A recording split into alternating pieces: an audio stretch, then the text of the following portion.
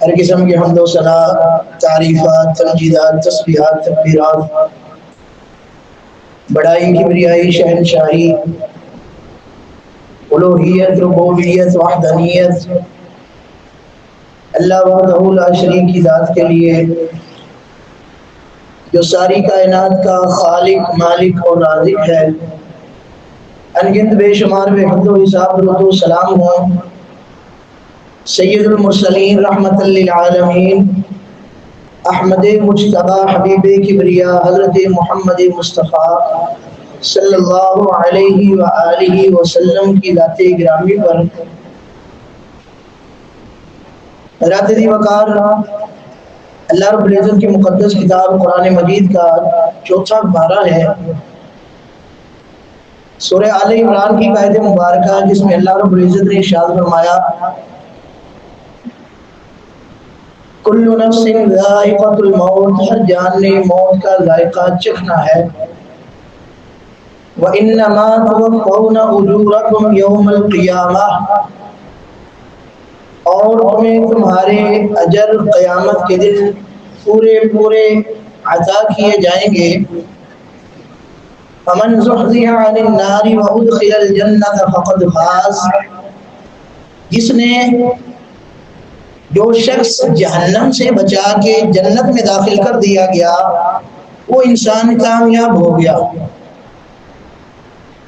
وَمَا الْحَيَاةُ الدُّنْيَا إِلَّا مَتَاعُ الْغُرُورِ، رہی بات یہ دنیا کی زندگی تو یہ فقط دھوکے کا سامان ہے۔ اللہ تعالی وقار یہ آیت بابرکات ہم نے بارہا پڑھی ہوگی، سنی ہوگی، ہماری سماعتوں سے ٹکرائی ہوگی، لیکن کیا ہے کہ کچھ لمحات کے لیے اس کے اثرات یا اس کا پیغام ہمارے دل پہ اترتا ہے، لیکن بعد میں ہم پھر سے اسے بھلا بیٹھتے ہیں۔ آج رمضان المبارک کا چوتھا جمعہ ہے، اور اگر روزے 29 ہوتے ہیں تو پھر یہ آخری جمعہ ہے۔ اگر اللہ رب العزت کی رحمت ہوتی ہے تو پھر شاید ہمیں ایک اور جمعہ نصیب ہو جائے۔ عام طور پہ رمضان کے آخری جمعے کو جمعۃ الوداع کہا جاتا ہے، جو کہ کوئی درست بات معلوم نہیں ہوتی۔ جمعہ اللہ کے ایام میں سے ایک دن ہے، یہ آتا رہے گا۔ رمضان بھی اللہ کے مہینوں میں سے مہینہ ہے، یہ بھی آتا رہے گا۔ جب تک قیامت کا سورج طلوع نہیں ہوتا تب تک یہ نظام زندگی اسی طرح سے چلتا رہے گا۔ اگر کسی چیز کی گارنٹی یا ضمانت نہیں ہے تو وہ ہماری اپنی ضمانت نہیں ہے۔ ہمیں ایک منٹ کے لیے یہ یقین نہیں ہے کہ ہمیں اگلا پل، اگلی گھڑی نصیب ہوگی یا نہیں ہوگی۔ تو اس لیے اس جمعے کو وداع کرنے کی بجائے یا رمضان کو الوداع کہنے کی بجائے ہمیں یہ فکر ہونی چاہیے کہ ہم نے اس دنیا سے جانا ہے، ہم نے یہاں سے الوداع ہونا ہے، تو ہمارا الوداع ہونے کے بعد کیا بنے گا؟ یہ رمضان چلا جائے گا، اگلے سال پھر آ جائے گا، یہ جمعہ جائے گا، اگلے جمعے پھر آ جائے گا۔ ایک انسان ہے کہ جو ایک مرتبہ یہاں سے چلا گیا دوبارہ اس نے واپس نہیں آنا۔ یہ جو رمضان ہے یا جمعہ ہے یہ اللہ کا ایک حکم ہے، اس سے مواخذہ نہیں ہوگا، اس کی ایک ذمہ داری ہے۔ اللہ رب العزت نے قرآن مجید میں ارشاد فرمایا کہ الشمس ينبغي لها ان تدرك القمر، سورج کے لیے ممکن نہیں ہے کہ وہ چاند کو جا پکڑے، ولا الليل سابق النهار، اور نہ ہی رات دن سے آگے گزر سکتی ہے۔ كل في فلك يسبحون، ہر ایک کا ایک مدار ہے جس مدار کے اندر وہ چیزیں تیر رہی ہیں اور چل رہی ہیں، ان کا ایک نظام ہے، سرکل ہے۔ یہ اللہ رب العزت کی قدرت ہے۔ صنع اللہ الذی اتقن کل شیء، یہ اس اللہ کی کاراگری ہے کہ جس نے ہر چیز کو مضبوط بنا کے رکھا ہے۔ اس دوران میں ہم انسان ہیں کہ اللہ رب العزت نے بہت زیادہ انعامات کیے۔ قرآن مجید میں ہمیں بنی آدم کہہ کے مخاطب کیا گیا، دیگر اللہ کی مخلوقات کے مقابلے میں ہمیں آدمی کہا گیا، انسان کہا گیا۔ اللہ رب العزت نے فرمایا کہ وَلَقَدْ كَرَّمْنَا بَنِي آدَمَ، ہم تو مسلمان ہیں، ہم بنی آدم میں بھی افضل ہیں، بنی آدم میں جو دیگر لوگ ہیں ان سب سے افضل ہیں، لیکن اللہ رب العزت نے بحیثیت مخلوق فرمایا کہ وَلَقَدْ كَرَّمْنَا بَنِي آدم، ہم نے ابن آدم کو پیدائشی طور پہ باعزت بنایا ہے۔ اپنے مرتبے اور مقام کو سمجھیے ذرا۔ تین قسم کی اللہ کی مخلوق ایسی ہے کہ جن کو اللہ نے ذوی العقول یعنی عقل والا بنایا ہے، جو چیزوں کو سمجھ سکتے ہیں، سوچ سکتے ہیں۔ اور تین طرح کی اللہ کی مخلوق ہے۔ ایک اللہ کے فرشتے ہیں جن کو اللہ رب العزت نے نور سے پیدا کیا ہے۔ ایک جنات ہیں کہ جن کو اللہ رب العزت نے آگ سے پیدا کیا ہے، اور ایک حضرت انسان ہے کہ جسے اللہ رب العزت نے خاک سے یعنی مٹی سے پیدا کیا ہے۔ اب نور کا بھی ایک اپنا مقام ہے، اس کے اندر بھی روشنی ہے، آگ کے اندر بھی روشنی ہے۔ بہت ساری چیزوں میں جو نور ہے وہ زیادہ فوقیت رکھتا ہے، کہیں پہ آگ زیادہ کام آتی ہے۔ ان دونوں کے مقابلے میں اگر دیکھا جائے تو مٹی اس قدر چمکنے والی نہیں ہے کہ جس قدر وہ دونوں چیزیں ہیں، لیکن اس کے باوجود اللہ رب العزت نے اس انسان کو یہ اعزاز بخشا۔ جب اسے پیدا کیا گیا تو اللہ نے حکم دیا کہ فرشتوں کو سجدہ کریں۔ اب جب فرشتوں کو کہا گیا تو وہاں پہ جتنے بھی جنات موجود تھے وہ بھی اس حکم میں شامل تھے، کیونکہ چونکہ اکثریت اللہ کے فرشتوں کی تھی۔ اللہ کے فرشتوں کی تعداد کتنی ہے یہ ہم سوچ بھی نہیں سکتے۔ نبی کریم صلی اللہ علیہ وسلم نے ارشاد فرمایا کہ ایک بیت المعمور ہے جہاں پہ فرشتے نماز ادا کرتے ہیں، اس بیت المعمور میں ایک وقت میں 70,000 فرشتے نماز ادا کرتے ہیں، لیکن جو ایک مرتبہ وہاں پہ نماز ادا کر لیتا ہے دوبارہ پھر کبھی اس کی باری آتی ہی نہیں۔ اس قدر اللہ کی تعداد میں ہے۔ وَمَا يَعْلَمُ جُنُودَ رَبِّكَ إِلَّا هُوَ، یہ اللہ کی مخلوق اس قدر زیادہ ہے کہ اللہ کے علاوہ کوئی جان ہی نہیں سکتا۔ تو چونکہ فرشتوں کی اکثریت تھی اس لیے لفظ ملائکہ استعمال ہوا، ورنہ حقیقت یہ ہے کہ اللہ نے اس وقت فرشتوں کو بھی حکم دیا تھا اور جنوں کو بھی حکم دیا تھا کہ وہ آدم کو سجدہ کریں۔ ابلیس نے انکار کیوں کیا تھا؟ فرمایا کہ کانا من الجن، وہ جن تھا، ففسق عن امر ربی، ہم نے رب کے حکم کی نافرمانی کی۔ حکم اسے بھی دیا گیا تھا کہ انسان کو سجدہ کرے، لیکن اس نے کہا کہ انا خیر من، میں اس سے بہتر ہوں، خلقتنی من نار وخلقتہ من طین۔ تو یہ وہ پیدائشی اعزاز ہے کہ جو اللہ رب العزت نے ہمیں روز اول سے پیدا کرتے ساتھ ہی جو ہمیں عزت عطا فرمائی ہے۔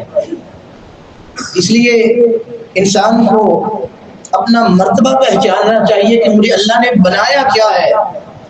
فرمایا کہ لقد خلقنا الانسان فی احسن تقویم، ہم نے انسان کو بڑی اچھی شکل و صورت میں پیدا فرمایا ہے۔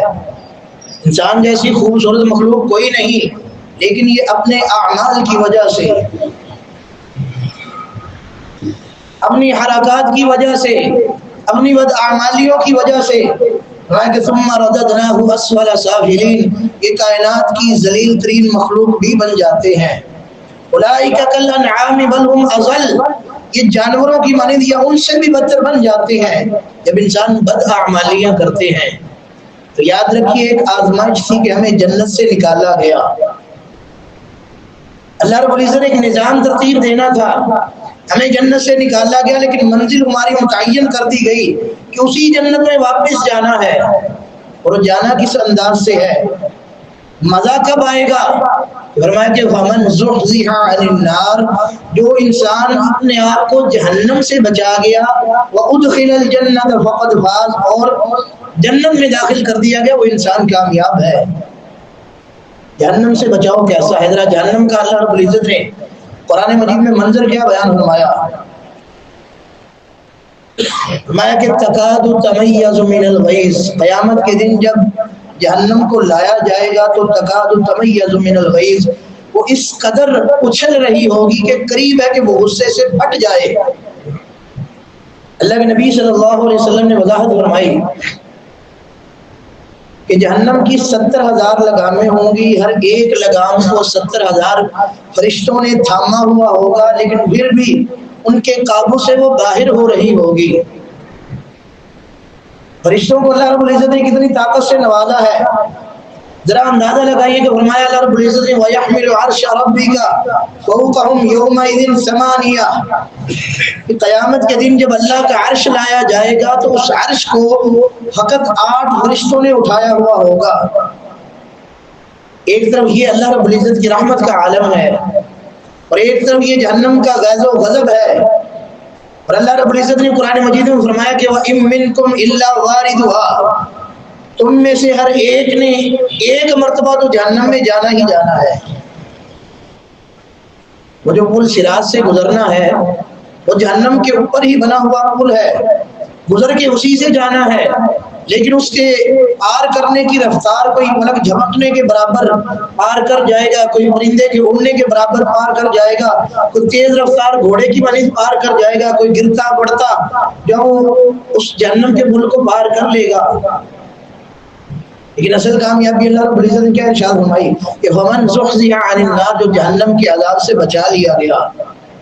اصل کامیابی یہ ہے، حدیث مبارکہ میں اللہ کے نبی صلی اللہ علیہ وسلم نے وضاحت فرمائی کہ جہنم کی آگ کو 1000 سال تک دہکایا گیا، اس کا رنگ تبدیل ہوا، یہ نیلے رنگ کی بن گئی، پھر اسے مزید 1000 سال تک دہکایا گیا، اس کا رنگ پیلا پڑ گیا، پھر اسے مزید 1000 سال تک دہکایا گیا، اس کا رنگ سیاہ ہو گیا۔ فرمایا کہ فَهِيَ سَوْدَاءُ مُظْلِمَةٌ، یہ جہنم ایسی جہنم ہے کہ جو بڑی سخت سیاہ ہے اور اندھیرے کر دینے والی ہے۔ اور یاد رکھیے یہ اللہ رب العزت کی رحمت کتنی ہے، اللہ اپنے بندوں سے محبت کتنی کرتا ہے۔ یہ جو جہنم جسے کئی ہزار سال تک دہکایا گیا، یہ جہنم انسان فقط ٹھنڈی کر سکتا ہے کس کے ساتھ؟ ایک آنسو جو انسان کی آنکھ سے بہے اور اس کی گال پہ آ جائے، یہ ایک آنسو ساری جہنم کو ٹھنڈا کرنے کے لیے کافی ہے، بشرطے کہ وہ آج اس دنیا میں جیتے ہوئے بہایا جائے۔ آج اللہ رب العزت اپنے بندوں سے اس قدر محبت کرتا ہے کہ انسان کی آنکھ سے نکلنے والے آنسو کو اللہ رب العزت برداشت نہیں کر پاتا۔ بندہ جب ندامت کے ساتھ اللہ کے سامنے آنسو بہا دیتا ہے، اللہ رب العزت فرشتوں سے کہتا ہے کہ یہ دیکھو علم عبدی ان لہ رب یغفر الذنب، میرے بندے نے جان لیا ہے کہ اس کا ایک رب ہے جو گناہ معاف کرتا ہے۔ اے میرے فرشتوں گواہ ہو جاؤ، میں نے اسے معاف کر دیا۔ اللہ معاف کر دیتا ہے۔ ہمارا یہ ایک آنسو جو آنکھ سے بہے ہماری گال پہ آ ٹپکے، یہ اللہ کی جہنم کو ٹھنڈا کر دیتا ہے۔ ہمارے ہاتھوں کی کمائی جو رزق حلال محنت و مشقت سے کمایا جاتا ہے، اس کے چند روپے اللہ کی جہنم کو ٹھنڈا کر دینے کے لیے کافی ہے، بشرطے کہ آج وہ کام کر لیے جائیں کہ جن سے جہنم ٹھنڈی ہوتی ہے، جن سے انسان کو جہنم سے نجات ملتی ہے۔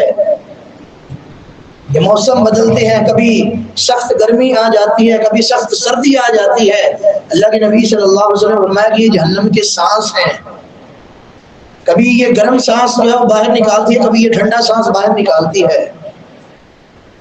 ایک دنیا کی آگ ہے جو ہم سے برداشت نہیں ہو پاتی، جو ہر چیز کو جلا کے راکھ کر دیتی ہے، اس کے مقابلے میں 70 گنا زیادہ آگ ہے جہنم کی، لیکن وہ بجھائی جا سکتی ہے آج ندامت کے آنسو بہانے کے ساتھ۔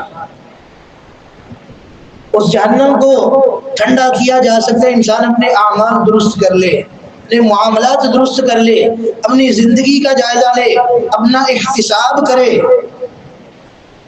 رمضان مبارک میں بھی بار بار یہی لفظ استعمال ہوا کہ من صام رمضان ایمانا و احتسابا، جو رمضان کے روزے رکھتا ہے ایمان کے ساتھ اور احتساب کرتے ہوئے، جو رمضان کا قیام کرتا ہے ایمان رکھتے ہوئے اور احتساب کرتے ہوئے، جو لیلۃ القدر کا قیام کرتا ہے ایمان رکھتے ہوئے احتساب کرتے ہوئے۔ احتساب کیا ہے؟ جس طرح انسان سارا دن کام کاج کرتا ہے، سیل پرچیز کرتا ہے، رات کو بیٹھتا ہے، سارے دن کا جائزہ لیتا ہے، نفع نقصان کی جانچ پڑتال کرتا ہے، دیکھتا ہے کہ مجھے کیا بچا ہے، میں کیا کما سکا ہوں، مجھے کیا بچت ہوئی۔ یہی احتساب ہے کہ انسان سارے دن کا حساب لگائے، آج میں نے اللہ کی فرما برداری والے کام کتنے کیے، اللہ کی نافرمانی والے کام کتنے کیے۔ میری زبان سے کسی کو اذیت کتنی پہنچی، فائدہ کتنا پہنچا، میرے ہاتھ کسی کی مدد کے لیے کتنے اٹھے اور کسی پر ظلم کرنے کے لیے کتنے اٹھے۔ یہ وہ احتساب ہے کہ جو احتساب انسان کو اللہ کے سامنے گڑ گڑانے پہ مجبور کر دیتا ہے۔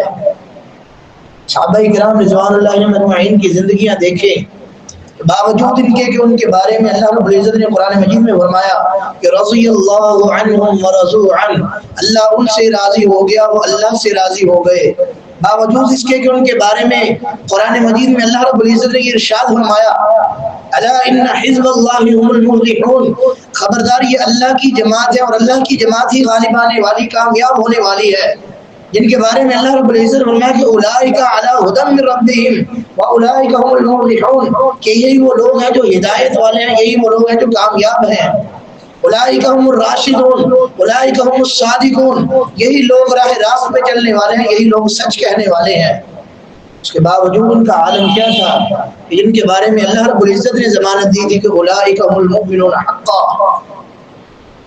کہ یہاں پہ زندگی گزارتے ہوئے ہم کسی کو کنفرم مومن نہیں کہہ سکتے، لیکن ان کی کنفرمیشن اللہ رب العزت نے بیان فرمائی کہ یہی وہ لوگ ہیں جو سچے مومن ہیں، اولئک هم المتقون، یہی وہ لوگ ہیں جو اللہ سے ڈرنے والے ہیں۔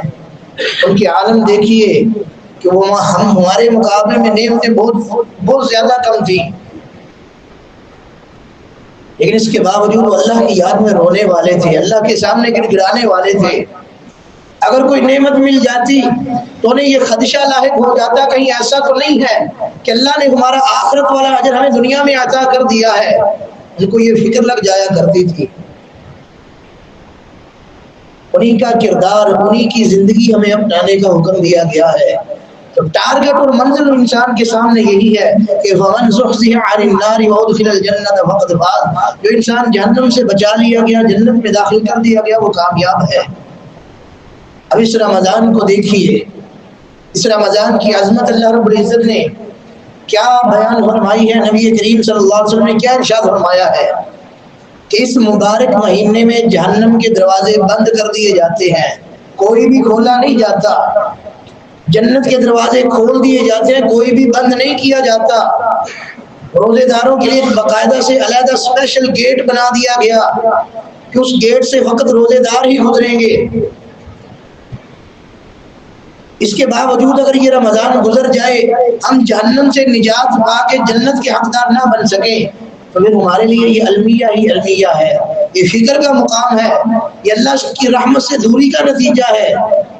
اصل میں ہمارے سامنے ٹارگٹ ایسا ہے کہ جو ہمیں بظاہر نظر نہیں آتا، ایک چیز جو سامنے نظر آتی ہو، انسان اس کے لیے محنت کرتا ہے، جدوجہد کرتا ہے، جستجو کرتا ہے، لیکن یہ معاملہ ایمان بالغیب کا ہے، اس وجہ سے ہم تھک بھی جاتے ہیں، ہم اکتا بھی جاتے ہیں۔ ایک جانب وہ راستہ ہے جو شیطان کا راستہ ہے، وہاں کی محاویر ہیں، وہاں کے اجتماعات ہیں، وہاں کے لوگ مال بھی خرچ کرتے ہیں، اپنا وقت بھی خرچ کرتے ہیں، وہاں کی ضلالت بھی برداشت کرتے ہیں، لیکن وہاں پہ جاتے ہیں کیونکہ وہاں پہ ملنے والا وقتی فائدہ ایسا ہے کہ جس کے نشے میں انسان مخمور ہو جاتا ہے۔ دوسری جانب اللہ رب العزت کے راستے ہیں، مساجد ہیں، مدارس ہیں، محافل ہیں کہ جن میں اللہ اور اس کے رسول کی باتیں بتائی جاتی ہیں جو ہماری آخرت کو سنوارنے کے لیے ہے، وہاں پہ ہمارے کردار کیا ہیں؟ بہت جلد ہم اکتا جاتے ہیں، بہت جلد تھک جاتے ہیں۔ یہ ہمارے نفس کی کمزوریاں اور خامیاں ہیں، یہ ہمارے نفس کی شرارتیں ہیں کہ جن سے اللہ کے نبی صلی اللہ علیہ وسلم پناہ مانگا کرتے تھے کہ وَنَعُوذُ بِاللَّهِ مِن شُرُورِ أَنفُسِنَا، ہم اللہ کی پناہ مانگتے اپنے نفسوں کی شرارتوں سے۔